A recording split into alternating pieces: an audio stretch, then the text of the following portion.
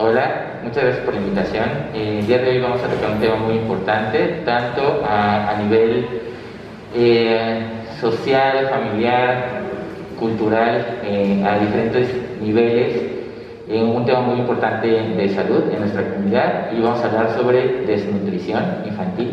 Nos vamos a enfocar un poquito más a la desnutrición aguda, moderada y severa, ya que existe una gran variedad de situaciones de malnutrición que vamos a explicar un poquito también a grosso modo. Debemos empezar sabiendo que un pequeñito, cuando valoramos a un paciente pediátrico, debemos de considerar que lo rodea un entorno que no solo es su familia, hay un entorno social que lo rodea y que intervienen en su bienestar, como podemos ver aquí en la última publicación de la serie de Lancet en octubre de 2016, nos dice que para que un niño pequeño se desarrolle sano, se le debe proveer unos cuidados cariñosos y sensibles que velen por su salud y su nutrición, que es el tema de en este momento. Sin embargo, que también responda y sea sensible a sus necesidades de seguridad y protección, y que promueva el aprendizaje desde muy temprana edad, ¿correcto? Entonces, no es solo que coma, no es solo que esté bien nutrido, sino para que esto se logre de forma eficiente tendría que haber un conjunto de situaciones que lo rodeen, que sean óptimas. En cuanto a el desarrollo de un individuo, tenemos esta publicación de UNICEF en 2011, en la que nos comenta que para podernos desarrollar y hacer un crecimiento, tendremos que tener unos escalones que tenemos que ir superando, y eso no siempre depende de una sola persona. Las necesidades fisiológicas pudieran depender de forma personal. Sin embargo, la seguridad, la necesidad social y el estima dependen mucho de la comunidad que rodea a este pequeño para que se pueda autorrealizar de forma eficaz. Aquí un mensaje de Gabriela Mistral, que nos deja como enseñanza que si bien pensamos que los niños son el futuro, también debemos de considerar que son el presente. En ellos tenemos que tomar acciones en este momento, no después, porque justo en este momento es cuando se está formando, está creciendo, se está desarrollando, y entonces las medidas de acción que tomemos en este momento repercutirán hacia el futuro. Entonces, continuamos. Y vemos que, como les decía, no es solo la situación de este momento, no es solo si está desnutrido en este momento. Un pequeñito que tiene situaciones de malnutrición antes de los 2 años de edad suelen ser pequeños que tengan repercusiones tanto en su desarrollo económico como escolar a nivel en momentos posteriores. Habitualmente pensamos que si un pequeñito tiene menos de 2 años y tiene un estado de malnutrición, muy probablemente se disminuye en 0.9 años la escolaridad en general, y existe el riesgo de disminuir el 16% de perder por lo menos un año de escuela. Y sí, entonces esto nos conlleva que cuando sea un adulto percibe incluso hasta menos del 10% a comparación de un pequeño que tuvo todas las posibilidades nutricionales los primeros 2 años de vida, que nos habla de los primeros 1000 días de vida, que son los más importantes nutricionalmente hablando. Y nuevamente la serie de Lancet nos dice que los cuidados amorosos o cariñosos sensibles que demos en este momento tendrán repercusiones tanto en salud como en la capacidad de aprender y ganarse la vida en edades posteriores. Entonces es sumamente importante tratar la desnutrición de forma oportuna y temprana. La Organización Mundial de la Salud entonces nos da esta definición de desnutrición, que es nuestro tema de interés en este momento, y nos dice que es un desequilibrio celular entre el suministro de nutrimentos y energía y las necesidades corporales de ellas para asegurar el crecimiento y mantener el funcionamiento orgánico, ¿correcto? Entonces hay una alteración entre la cantidad de energía y la que se puede utilizar o que se está utilizando a nivel corporal, y esto va a causar la situación de malnutrición, en este caso desnutrición. Estos son los tipos de desnutrición por deficiencia. Tenemos otros tipos de estados de malnutrición por exceso, que son sobrepeso o obesidad, que tienen sus clasificaciones específicas. Pero en este caso tenemos las de deficiencia y podemos englobarlas en 4 puntos. Y aquí es muy importante que consideremos cuáles vamos a tener en cuenta para el diagnóstico y seguimiento de nuestros pequeños con desnutrición.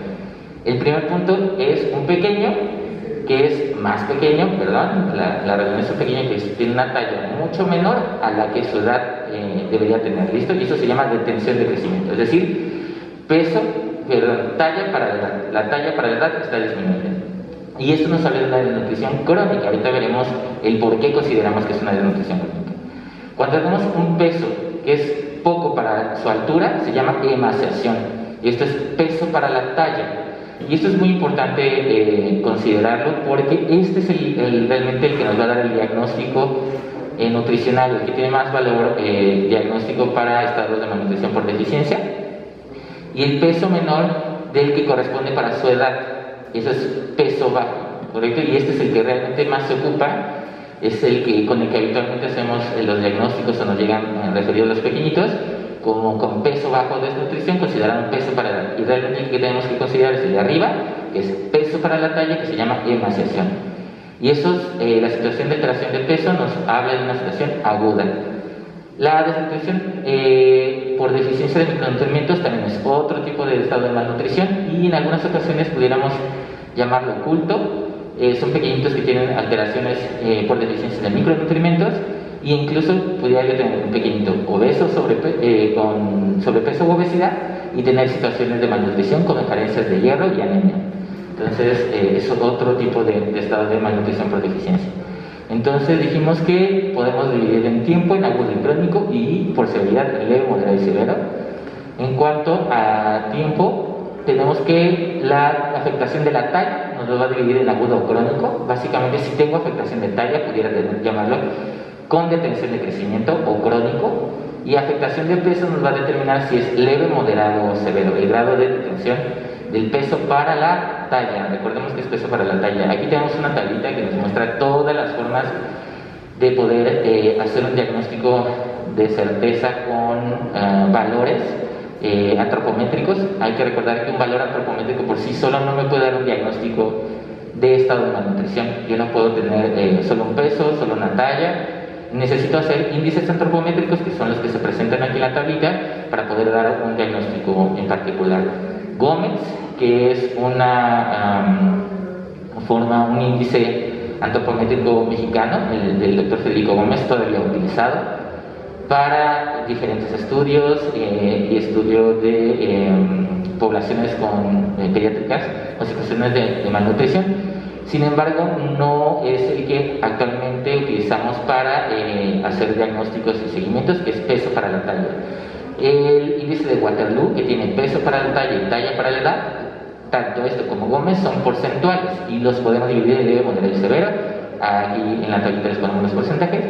Y ahorita nos vamos a enfocar más en OMS, en las indicaciones o en los índices que debemos utilizar para valoración nutricional. Tendrían que ser los de la Organización Mundial de la Salud, que son peso para la talla y talla para la edad. A diferencia de los previos que dijimos que se valoran en porcentajes, estos se valoran por desviación de estándar o puntuación Z. Aquí si pueden ver en las tablitas está colocado, y realmente el diagnóstico nos da desnutrición moderada o severa.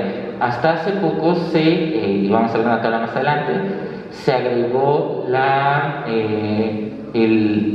una escala un poquito antes, antes, que sería riesgo de desnutrición, que se puede considerar entre -1 de desviación estándar a -2, aunque hay algunos que consideran que es de -1 a -1.5 riesgo de desnutrición y -1.5 a -2 desnutrición leve. ¿Correcto? Y eso es muy importante porque aquí es donde hacemos así el diagnóstico siempre, con lo que nos enseñan en las escuelas de medicina. ¿Cuál es la definición de desnutrición?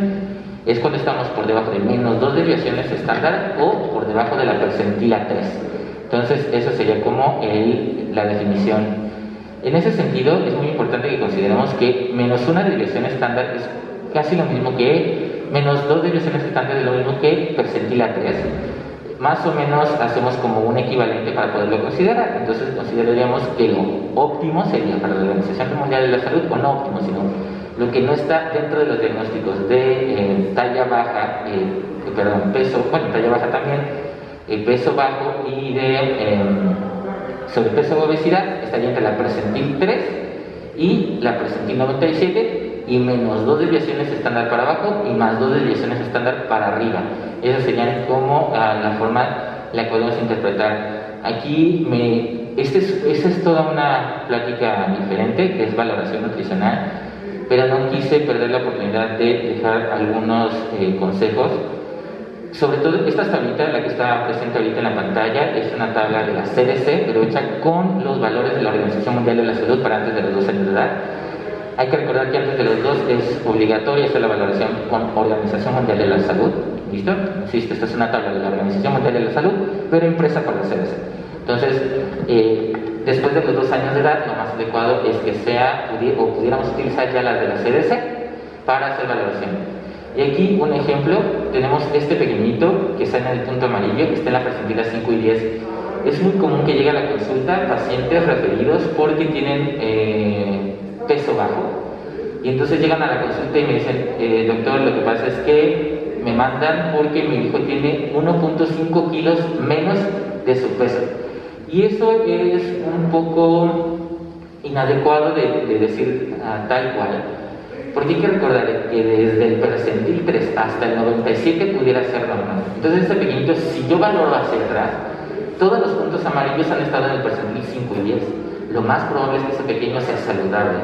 Evidentemente lo pongo aquí solo peso para edad porque es lo que normalmente más se valora.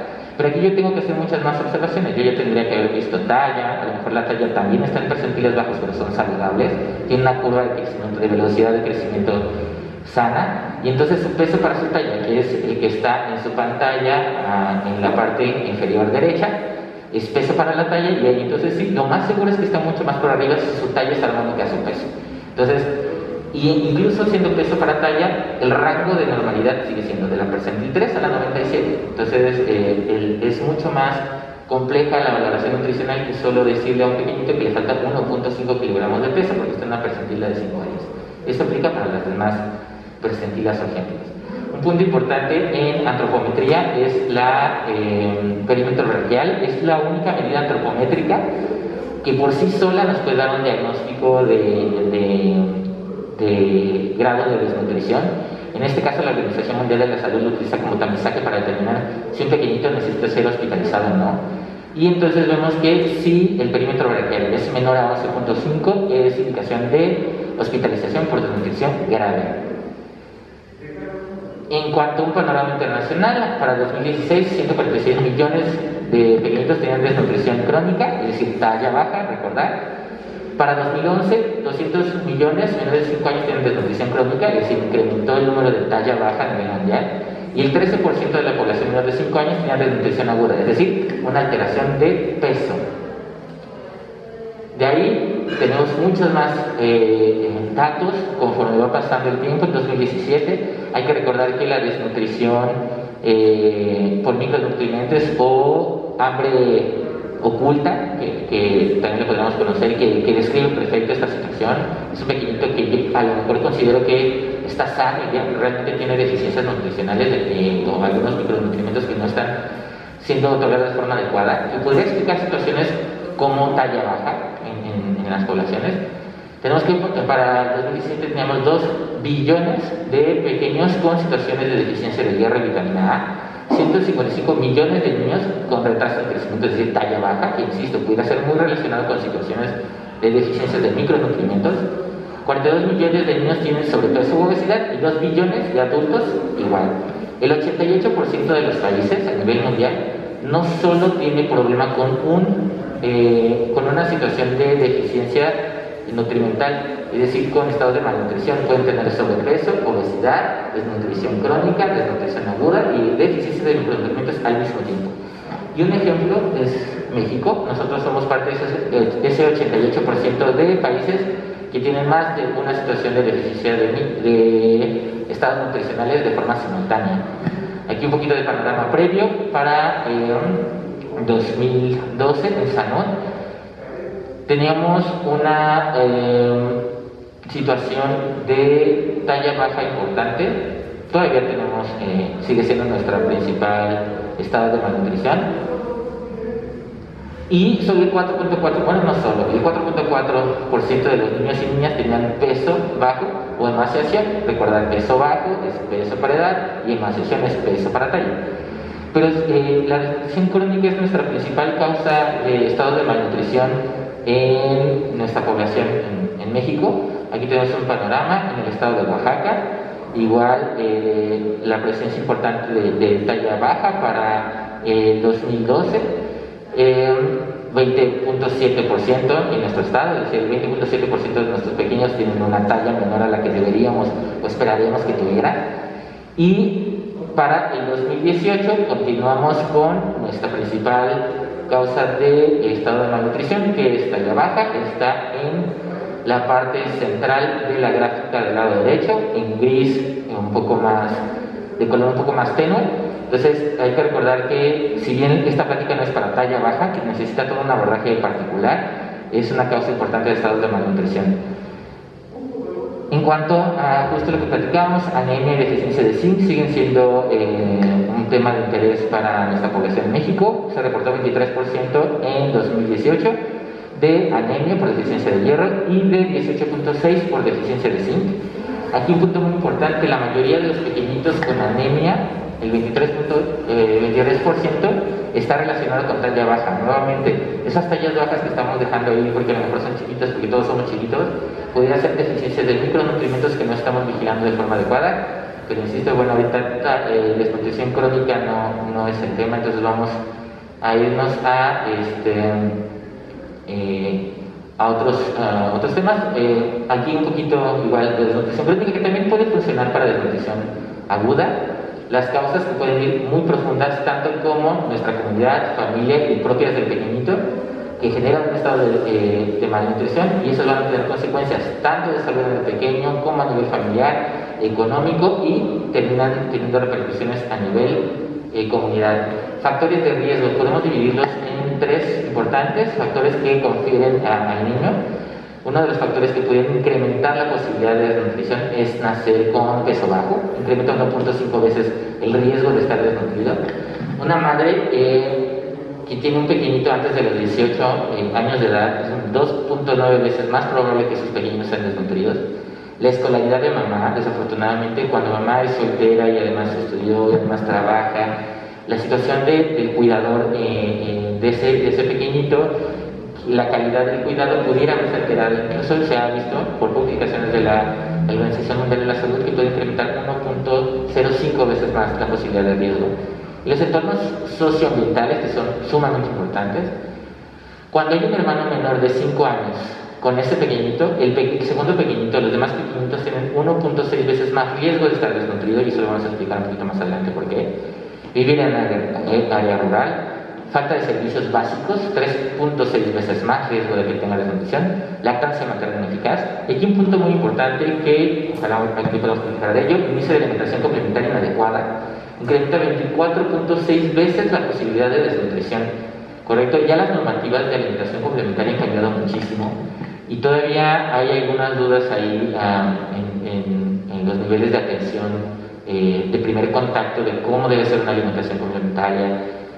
Estas situaciones de empezar solo con fruta y verdura y empezar con carnes y cereales de forma integral, los 4 grupos, el retrasar algunos tipos de alimentos por miedo a alergias. Esto es muy importante que lo consideremos como un factor de riesgo para estados de desnutrición. Entonces ya dijimos etiología, tiempo y severidad y presentación clínica. De etiología, tiempo y severidad ya vimos cómo se clasifica: leve, moderado y severo por peso, y agudo o crónico por si tiene o no afectación de la talla. En cuanto a, esta es la misma tablita, en base aquí nos tomaremos las decisiones de si es leve, moderado o severo y si es agudo o crónico. Y en cuanto a la etiología, puede ser primaria, secundaria o mixta. Nos referimos a una etiología primaria cuando esta desnutrición es secundaria a la falta de recibir o percibir los micronutrientes y la cantidad necesaria de aporte energético. Esta es quizá la más común, la más vista: la falta de recursos, un medio ambiente hostil que no permite que se alimente de forma adecuada el pequeñito porque no hay los recursos para alimentarlo. Las causas secundarias es cualquier enfermedad que compromete el estado de nutrición. Y esto puede ser causas de mala absorción, mala digestión o enfermedades que incrementen la necesidad energética en el pequeño, y por más que le demos la alimentación, no lo alcanzamos o no calculamos la cantidad de energía necesaria en casos de cáncer, en casos de enfermedad renal, enfermedad hepática, enfermedad cardíaca, que tiene un alto consumo de energía en esos pequeños. Y los mixtos, que yo creo que son los más comunes en el hospital, son situaciones que tanto la situación de enfermedad como la posibilidad de entregar el alimento pudieran estar afectados. En cuanto a las manifestaciones clínicas, hay manifestaciones por dilución, hipofunción y atrofia. Estas son universales, estas las van a presentar todos los pequeños. La dilución se presenta sobre todo en la situación electrolítica de los pequeños. Hipofunción, todos los órganos empiezan, conforme más van siendo afectados o más tiempo pasa, van perdiendo sus funciones, alterando sus funciones, y atrofia. El tejido empieza a perder su composición. Y los signos circunstanciales que se van a dar dependiendo de la forma en la que se instaura la desnutrición en cada uno de ellos, el medio ambiente y la deficiencia. Por ejemplo, una muy común sería la deficiencia de vitaminas, y cada una de ellas, vamos a ver unos ejemplos de forma un poquito rápida de las deficiencias de vitaminas.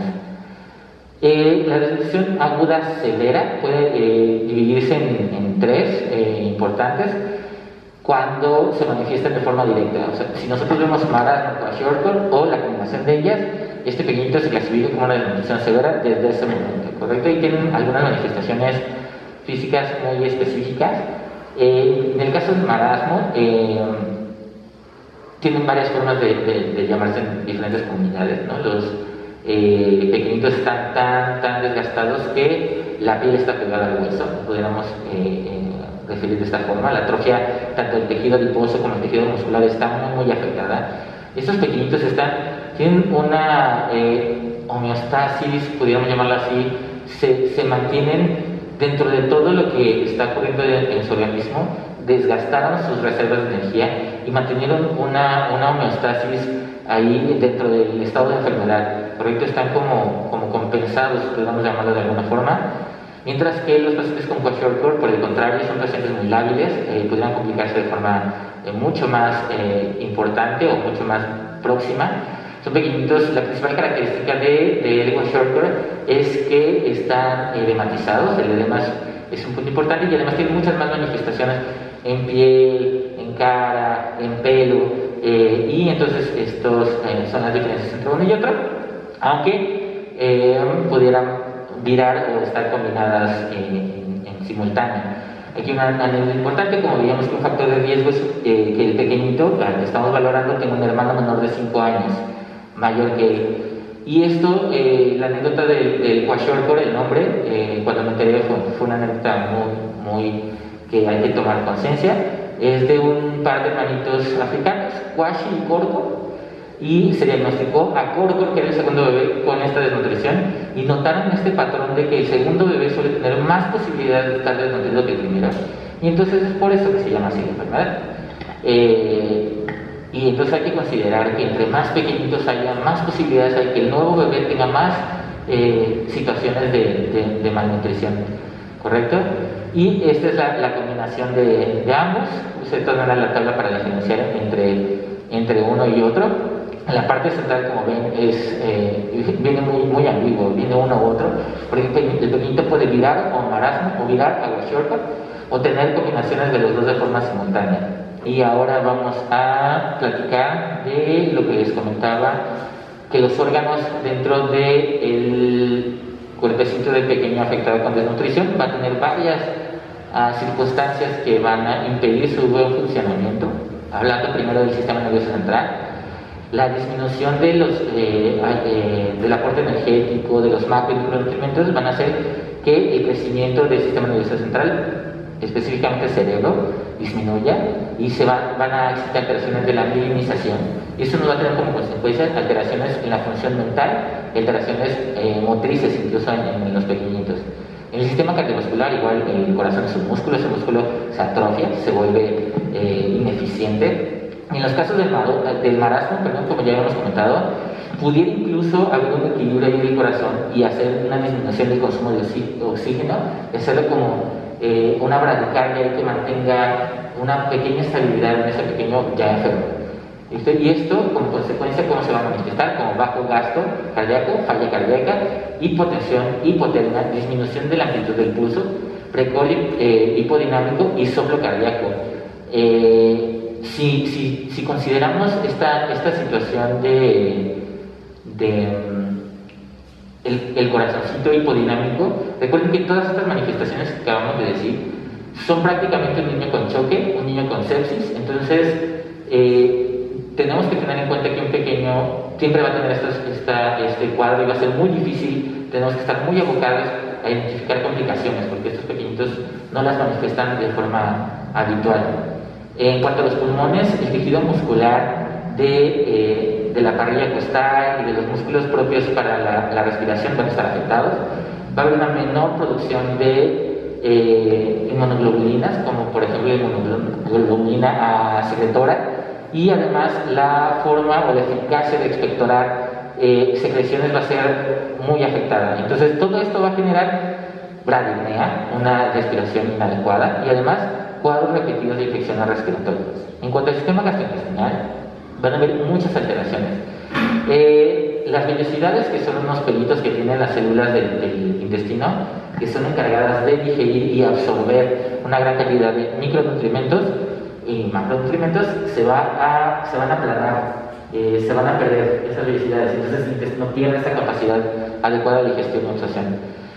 Va a haber hipocloridria a nivel del estómago y hipomotilidad intestinal. El intestino se vuelve lento, hipomóvil, sobrecrecimiento y translocación bacteriana. Importante, un intestino que se mueve lento tiene mayores posibilidades de que la cantidad de bacterias en el intestino sean mayores a las que habitualmente serían, y eso no es una situación favorable. Además, esta cantidad podría ser tan excesiva que pudiera haber una translocación bacteriana y generar una infección sistémica. El hígado incrementa la síntesis de radicales libres de oxígeno, y la situación de detoxificación del hígado también se ve alterada. El páncreas también tiene una reestructuración a nivel de sus células exócrinas, y finalmente van a tener o van a tener como resultado la absorción de algunos macronutrientes, como las grasas.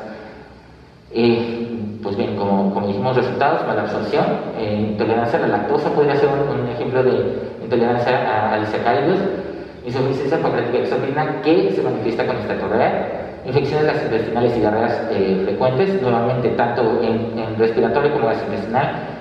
El hecho de que sea un pequeñito con desnutrición crónica se esté infectando frecuentemente es como un círculo vicioso, ¿no? Perpetúa la desnutrición, y entonces es un punto que hay que valorar. Puede haber estreñimiento en estos pequeños y puede haber hígado graso como consecuencia de las situaciones, los trastornos que se generan a nivel de hígado. En cuanto a la inmunidad, el sistema inmunológico disminuye su eficiencia, los tejidos linfoides se atrofian, se hacen más pequeños, se hacen poco eficientes en producción, y va a haber afectación tanto de la inmunidad humoral como celular. Conforme va pasando el tiempo hay prioridad entre una y otra, pero para fines prácticos ambos se ven alterados, y entre más crónico sea la evolución de esta desnutrición, y con consecuencia infecciones recurrentes, que dijimos nuevamente es un punto muy importante para el manejo. Sistema endocrinológico, vamos a tener hipercortisolismo, y también una disminución de la producción de cortisol, y va a variar primero una producción excesiva y después va a haber una disminución del cortisol, una disminución de somatostatina C y disminución de T3 a nivel de la tiroides.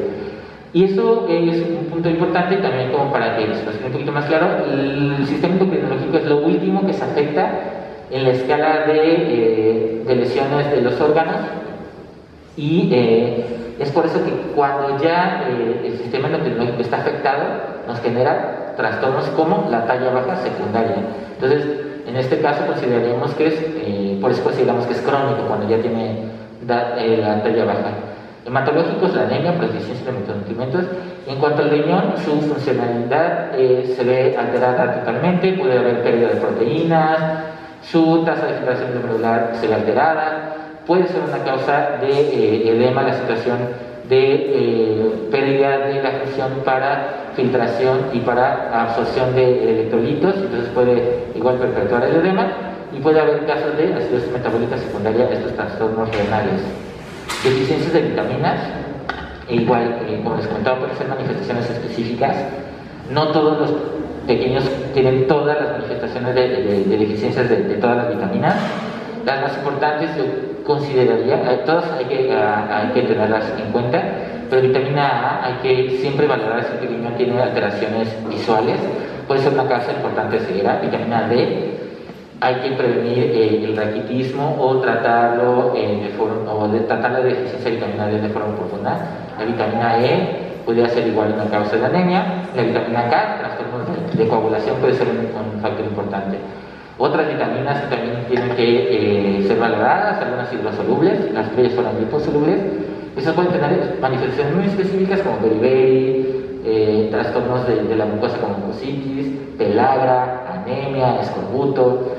Los diferentes tipos de anemia, recordad que no solo deficiencia de hierro genera anemia, hay diferentes tipos de anemia por deficiencia de micronutrientes y hay que considerarlos al momento del abordaje terapéutico de un paciente con desnutrición. En cuanto a la síntesis de proteínas, es un punto importante, también hay que considerar que un pequeño desnutrido va a producir menos proteínas. El ejemplo más clásico es albúmina, que todo el mundo la tomamos para diagnóstico de desnutrición. Solo que hay que recordar que la albúmina tiene una vida de 21 días, es decir, que si yo valoro a este pequeñito con una albúmina, lo más probable es que esa albúmina se trate de mucho tiempo atrás. Consideramos que hay desnutrición cuando la albúmina baja de 3.5 y es severa cuando está por debajo de 2. Siempre que albúmina baja hay que considerar causas de pérdida intestinal, renal y situación de enfermedad hepática. No hay que irnos solo con la idea de que pudiera ser desnutrición. Y recordar que transferrina y prealbuminas tienen un periodo de vida mucho más corto y nos pueden hacer una valoración mucho más aguda del estado nutricional del paciente. En cuanto a las actuaciones, acciones de prevención, vamos a dejar con los de entorno sociocultural para después, si es posible, y tratamientos contra la desnutrición y otros tratamientos específicos. Aquí vamos a tratar de ser un poquito más directos. En cuanto a la prevención, recordar los primeros 9 días de vida, eso involucra embarazo, nacimiento y del nacimiento hasta el fin de los 24 meses. En ese tiempo nosotros tenemos que estar muy insistentes en el consumo de hierro, ácido fólico, vitamina A y yodo. En el caso del yodo y vitamina y zinc, en México no tenemos tanta presencia como en otros países, pero no hay que dejarlo olvidado. El yodo, sobre todo por el consumo de sal enriquecida con yodo, no ha representado un problema. Pero ácido fólico y hierro sí es parte, y vitamina A es parte de nuestro esquema básico de suplementación en este tiempo, además de todas las medidas de cuidados prenatales, durante preconcepcionales deberíamos hacer, cuidado adolescente antes del embarazo.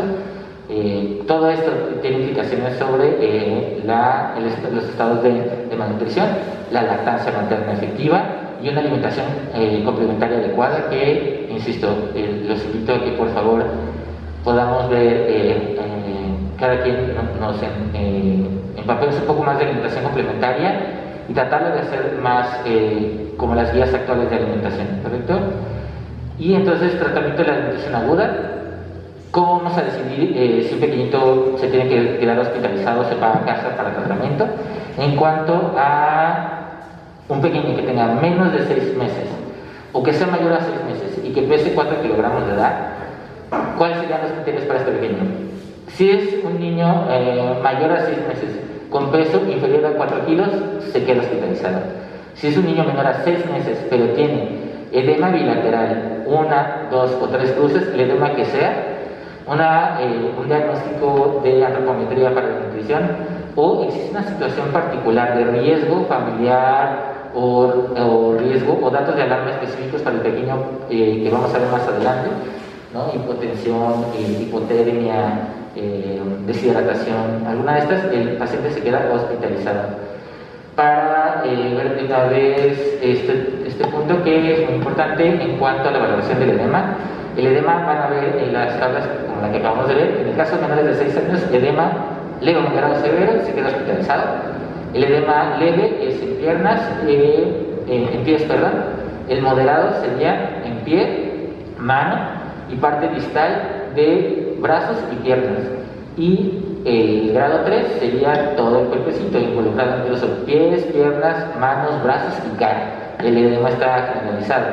El edema es un dato de alarma, ¿correcto? Un pequeño desnutrido con edema, hay que estar muy pendientes porque puede complicarse en cualquier momento y suelen tener una mayor mortalidad los pequeñitos que tienen desnutrición con edema. En pacientes de 6 a 59 meses, ¿cómo vamos a hacer? Si tiene alguno de los datos de desnutrición, ya dijimos cuáles son los datos diagnósticos de desnutrición, además de edema bilateral, leve, moderado, severo, o un perímetro braquial menor a 11.5. Ojo, esto es importante porque el perímetro braquial antes de los 6 meses no puede ser considerado para determinar gravedad. Después de los 6 meses pudiera ser considerado. Un perímetro braquial menos de 11.5 se considera para hospitalización. Aquí están los signos de alarma que pudieran preocuparnos. Fiebre, que también podría ser hipotermia, podríamos considerarlo aquí.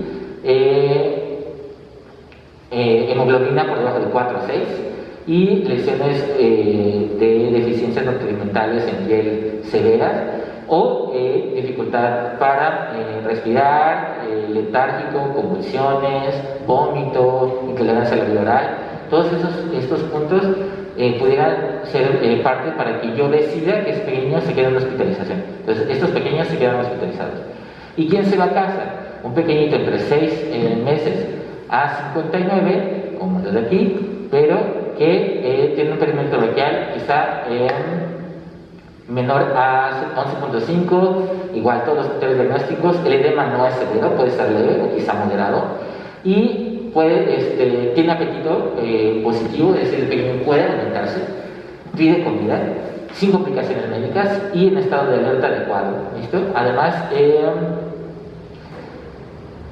¿cuándo consideraríamos que un pequeñito ha recuperado? Igual, el apetito es fundamental. Dice, yo no lo puedo mandar a casa si su papá y mamá no pueden garantizar, el cuidador principal, pues abuelita, tía o la comunidad, no puede garantizar que coma de forma adecuada y no lo voy a poder alimentar si él no quiere comer. Si el pequeñito no puede comer, esos criterios de hospitalización siempre. Fases de tratamiento los vamos a dividir en dos. En una fase de estabilización y una fase de rehabilitación y seguimiento, ¿correcto? Pero en hospital, estabilización y rehabilitación. Estabilización va de los días 1 al día 7. Por lo general, la fase más importante o fase aguda es entre el día 1 y el día 2. Y en esta fase vamos a tratar de resolver la mayor cantidad de complicaciones que pongan en riesgo la vida del pequeñito de forma aguda, más inmediata. ¿Y cuál va a ser nuestro dato importante para la determinación del fin de esta fase, de la fase inicial? Es que el niño tenga apetito. Recuerden, el apetito es importante. Si el niño no tiene apetito, no tengo cómo alimentarlo en casa, entonces no se puede ir. Existen 10 fases importantes: vigilancia, hipoglicemia, hipotermia, deshidratación, desequilibrio hidroelectrolítico, infecciones, aporte de micronutrientes, alimentación, recuperación de crecimiento, estimulación sensorial y preparación para el seguimiento. Esos son como los 10 puntos importantes que hay que considerar en su manejo hospitalario de un pequeñito desnutrido.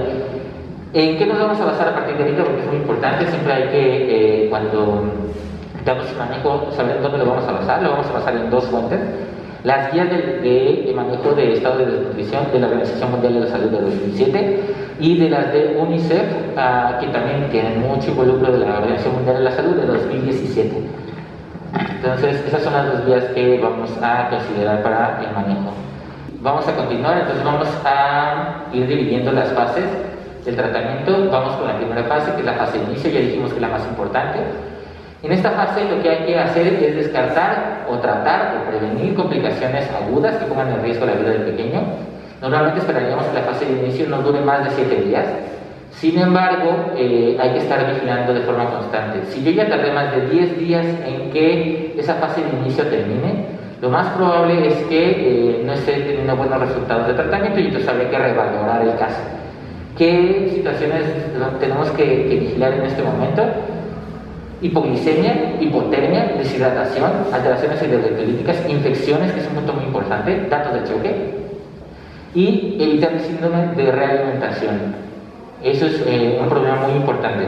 Habitualmente llegan los pequeñitos, ahorita les vamos a decir cómo, les voy a decir cómo instaurar la dieta, pero habitualmente llegan y les queremos dar cantidades abundantes de alimento, y a lo mejor no abundantes, pero concentro la cantidad kilocalórica de la comida, y entonces ese pequeñito no está generando una buena respuesta ante los efectos de la cantidad de nutrimento que le estoy dando, y entonces pueden hacer un síndrome de realimentación que pueden poner en riesgo su vida. De hecho, es una causa de muerte en las primeras etapas de inicio de tratamiento, y hay que recordar que no es necesario entrar con todo el aporte kilocalórico de inicio.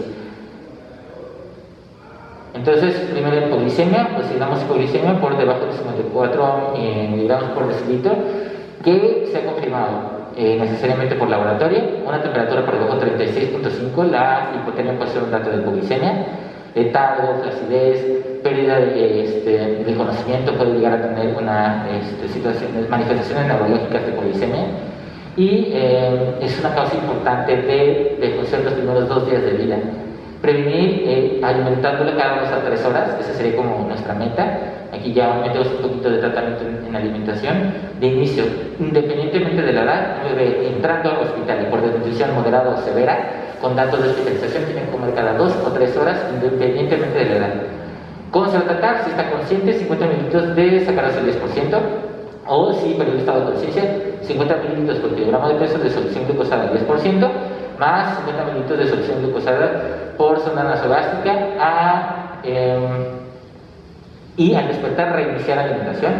F75 es un tipo de fórmula utilizada para técnicas de tratamiento para desnutrición. Hipotermia, punto importante, si es de medición vía rectal por debajo de 35.5, si es por vía axilar por debajo de 35. Siempre que tengamos hipotermia hay que descartar o hipoglicemia, como dijimos, o infección, ¿sale? Puede ser, no necesariamente, un niño no hace fiebre, un niño desnutrido es poco probable que haga fiebre, sí podría ser un factor de riesgo para su hospitalización, pero los chiquitos desnutridos, cuando se infectan, pueden manifestarse con solo hipotermia, ¿listo? Entonces es un punto importante que hay que considerar. El manejo debe ser inmediato de la hipotermia, y se puede hacer con medidas de calor, fuente de calor radiante, sábanas, siempre tiene que dormir tapado, contacto piel con piel con la madre, con el cuidador, y siempre mantenerlo cubierto. Una vez que tenemos iniciado el manejo, tenemos que tomar la temperatura cada 2 horas, pero si estoy poniendo una fuente de calor, no solo es como contacto piel con piel, cobijas y este tipo de situaciones como más a la mano, si yo pongo una fuente de calor, yo tengo que medir cada 30 minutos la temperatura. Si no es así, lo puedo medir cada 2 horas, y lo voy a medir hasta que suba por arriba de 36.5 grados. Deshidratación, igual que todo lo demás que dijimos, es difícil diagnosticar deshidratación en estos pequeños, porque los datos sutiles de deshidratación que podría presentar otro pequeñito pueden ser parte normal del bebé, y entonces darlos por obvios y no descubrir que está deshidratado, y podría llegarnos a choque por hipovolemia. Signos fiables es un paciente desnutrido que además tiene antecedente de diarrea, es probable que se esté deshidratando por eso. Que tenga sed, si un pequeñito desnutrido tiene sed, es un dato importante de deshidratación. Hipotermia, situaciones en los ojitos, están hundidos. Pulso rápido, débil y ausente, eso es un choque, hay que manejarlo como tal. Frialdad de las manos y pies y diuresis disminuida. ¿Listo? Un pequeñito tiene que estar orinando todo el tiempo. Tratamiento, prioridad siempre la vía oral, siempre va a ser nuestra prioridad. Evitar sobrehidratar al pequeño. Siempre el manejo va a tener que ser vía oral. Solo que tenga datos de choque o datos críticos que ameriten vía intravenosa se tendrá que hacer como cualquier otro pequeño. Y no interrumpir la alimentación, importante, porque en otras situaciones, en algunos estados de deshidratación podemos interrumpir la dieta, en este caso no, tiene que seguir comiendo cada 2 a 3 horas. Las dosis iniciales son 55 mililitros por kilogramo de peso cada 30 minutos durante las primeras 2 horas. Después de eso, cada hora, 5 a 10 mililitros por kilogramo de peso, y esto se va a mantener por 4 a 10 horas siguientes de que detectamos los datos de deshidratación.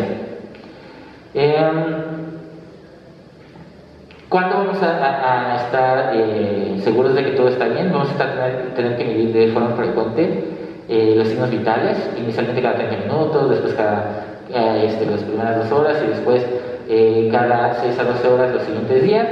Y vamos a evaluar la frecuencia cardíaca, frecuencia respiratoria, el pulso, la uresis y la presencia de evacuaciones y vómito. Hay que calcular el gasto fecal, la presencia de vómito para ver si estamos teniendo más pérdidas que no estamos compensando. ¿Con qué vamos a empezar la hidratación? Lo indicado es que fuera con Resomal, es una solución que viene un poquito diferente a las sales de hidratación oral de la Organización Mundial de la Salud. Tiene menos sodio y más potasio, más magnesio sin cobre, ¿sale? Magnesio sin cobre se añade y la variación de sodio hacia abajo y de potasio hacia arriba son importantes para el Resomal. No todas las comunidades tenemos Resomal, algunas poblaciones cuentan con ello, pero hay forma de hacerlo. Y eso puede ser como un sobre de solución de hidratación oral en 2 litros de agua, y eso le añado 5 gramos de sacarosa o 25 gramos por cada litro y 40 mililitros de solución mixta, que son 20 mililitros por cada litro. Y esa solución la puedo utilizar para rehidratación en pacientes desnutridos. En cuanto a los desequilibrios hidroelectrolíticos, hay que considerar que estos pequeños de entrada, por la situación de dilución y mal manejo de líquidos y electrolitos, tanto el nivel renal, situación de proteínas, osmolaridad, varios factores que van a alterar los electrolitos, vamos a tener que sospecharlos y tratarlos, o ser expectantes también.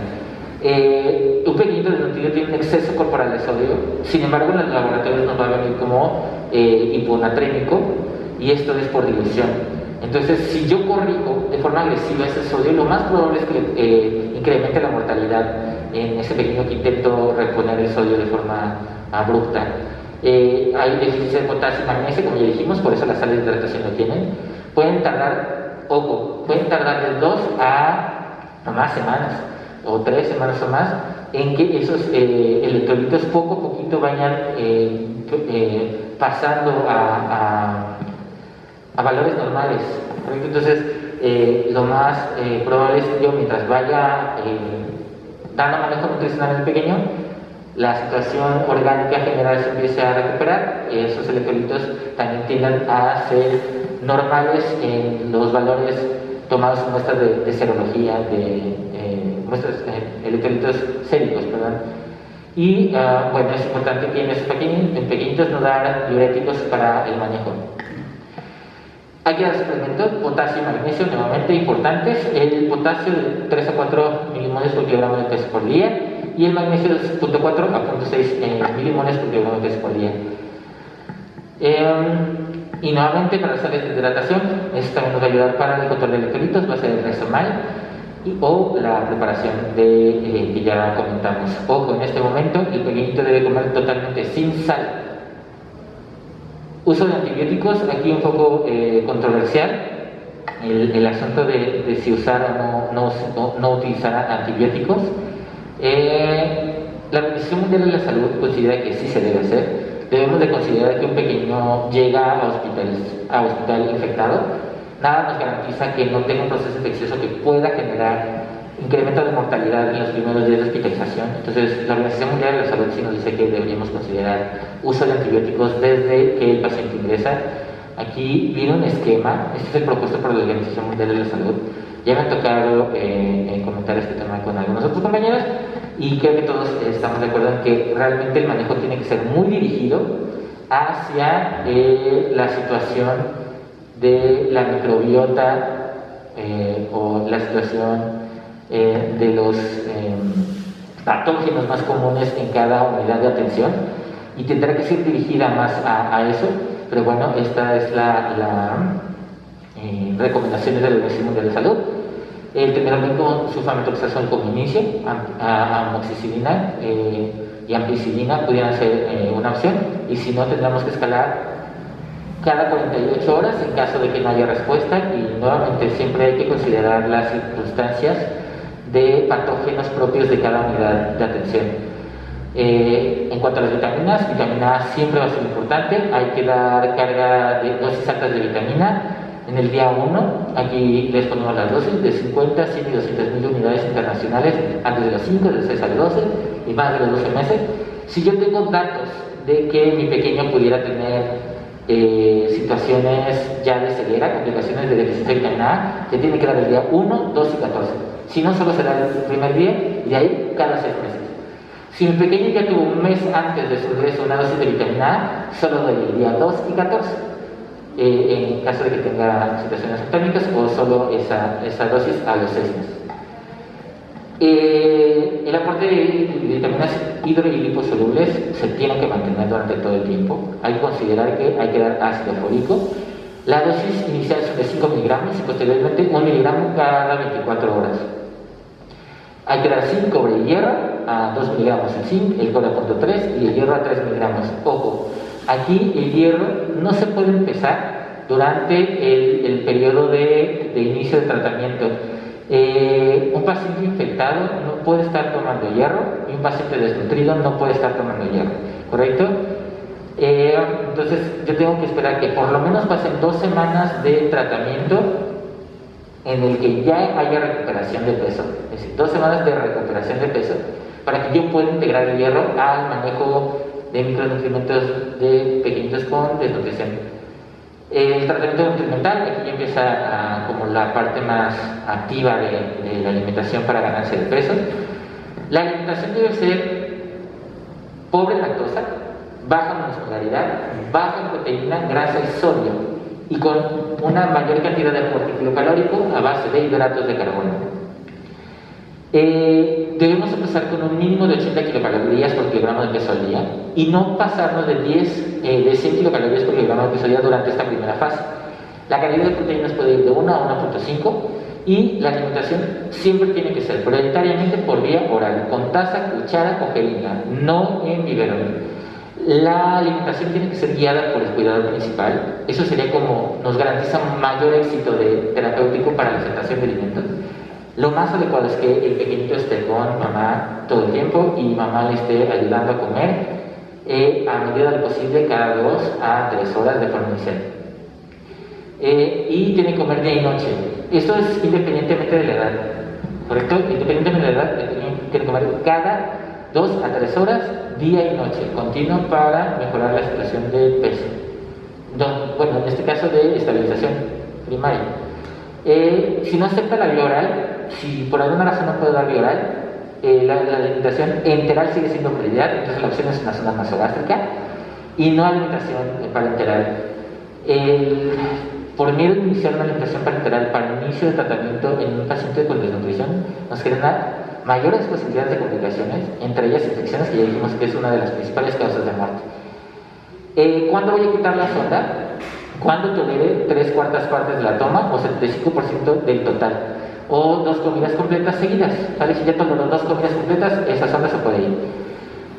Si no tolera la vía por zona nasogástrica, también otra opción podría ser bajar el volumen o la velocidad de infusión y volverla a subir progresivamente, ¿correcto? Si es adecuado esta técnica. El volumen inicial, en cuanto a volumen, es de 130 mililitros por kilogramo de peso día. Y pudiera ser que un pequeñito que tenga edema importante, bajar esos 130 mililitros a solo 100. En la tablita que tienen abajo a la derecha, se ve los 7 días de inicio de la primera etapa de alimentación. Entonces cada 2, cada 3 o cada 4 horas y vamos subiendo de 100 mililitros por kilogramo de peso por toma, que son 130 mililitros por kilogramo de peso toma, a 16 mililitros y a 22 mililitros por toma. El volumen total sigue siendo 130 mililitros, lo que cambia es que es más volumen en tomas más espaciadas. Entonces eso termina los primeros 7 días. Aquí está la fórmula que se requiere, que es una fórmula F75.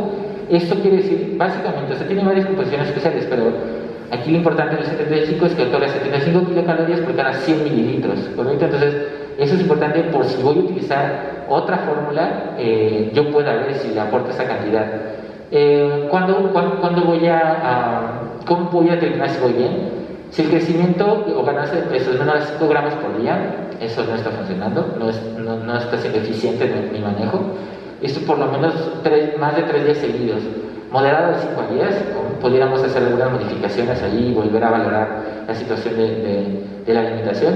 Y es bueno si garantizo que por lo menos suba 10 gramos por kilogramo de peso al día. De ahí sigue el tratamiento de rehabilitación. Nosotros ya dijimos que el pequeñito ya recuperó el apetito, punto muy importante, entonces ya pasó la primera etapa y entonces va a rehabilitación. Y entonces ahora sí debo de garantizar que por lo menos recupere 10 gramos de kilogramo de peso por día, que tenga un buen estado de ánimo, garantizar que quiera comer, introducción de la dieta apropiada para la edad, y eso es muy importante.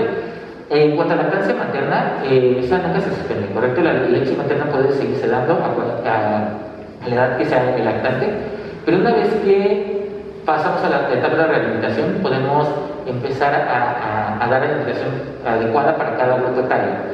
Si es de alimentación complementaria, si es de alimentación una dieta mucho más integrada a los 2, 3 años de edad, entonces tendrá que adaptarse y empezarse a incorporar una dieta propia. Empezamos a tener la rehabilitación física y la madre se empieza a capacitar. Esos son los puntos muy importantes. En niños menores de 24 meses pudiera cambiarse de la fórmula F75 a una fórmula F100, pero las primeras 48 horas de la etapa de rehabilitación se queda con fórmula F5, F100 en el volumen que teníamos en la fórmula F75. 48 horas se va a mantener con el mismo volumen con el que venía, pero con diferente fórmula.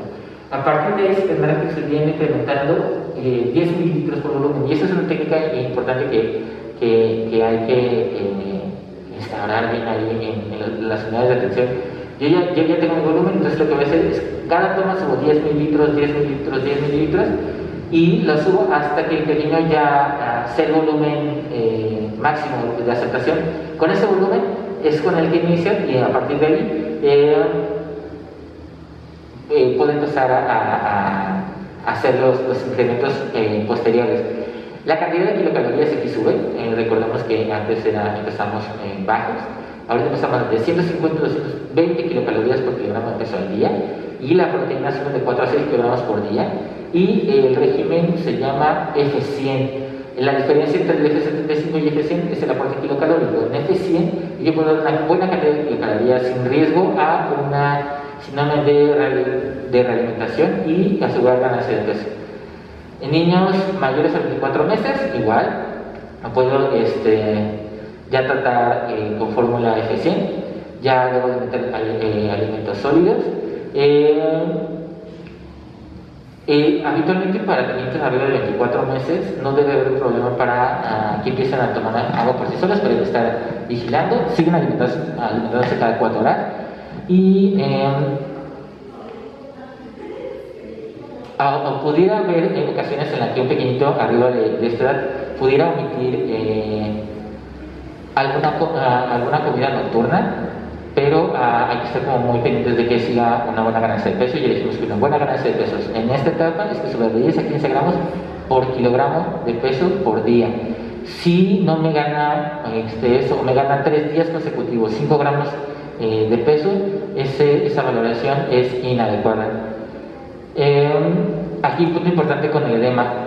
Si mi pequeñito está desnutrido grave y llega con edema, y yo empiezo tratamiento y de repente empiezo que el edema empieza a mejorar, se ve mejor, tiene apetito, clínicamente va mejorando, patrones electrolíticos bien, uresis bien, y no tiene datos como de inestabilidad, pero no sube de peso, no sube de peso, no sube de peso. Hay que considerar que esos pequeñitos que llegaron edematizados perdieron ese edema, y seguramente veremos reflejada esa ganancia de peso un poquito después. Entonces eso también hay que considerar. Criterios de alta. Se considera que el niño se ha recuperado si su peso es del 90% del peso para la talla, o con peso para la talla, eso es Waterloo, y sería por arriba del 90%, es decir, sin desnutrición. Más o menos equivale a menos una desviación del estándar hacia arriba. Recordamos que ya hay datos que nos dicen que podríamos considerar menos una desviación estándar a menos 2 como desnutrición leve o riesgo de desnutrición. en este momento ya le enseñamos a mamá que tiene que alimentar de forma frecuente al pequeño, que qué comidas tiene que dar, cantidad de kilocalorías, cuáles son las circunstancias adecuadas para podérselo llevar a casa, y que ese pequeñito tiene que acudir de forma oportuna a las consultas de seguimiento. Si hubiera posibilidad de hacer una visita guiada a casa, sería lo ideal. Desafortunadamente no tendríamos capacidad para que todos los pequeñitos pudiéramos irnos a revisar a casa todo el tiempo, pero entonces hay que asegurar que mamá y papá o cuidador principal lo puedan llevar a valoraciones para el seguimiento nutricional de pesos y tallas, y no olvidar cada 6 meses a partir de ahorita su vitamina A, y completar su esquema de vacunación. Como vimos aquí, tratamos de seguimiento. Es muy importante dar no solo seguimiento a pesos y tallas, hay que considerar rehabilitación, situaciones cognitivas, de estimulación en cada uno de los pequeñitos para mejorar y potencializar su desarrollo. Y aquí un punto importante, igual de la serie de Lancet, la manera de condición. Hay que recordar que las familias necesitan apoyo para proveer estos cuidados cariñosos y sensibles de los que platicamos. Y esto nos involucra a nosotros, los prestadores de servicios de salud y nutrición, de educación y de protección infantil y social.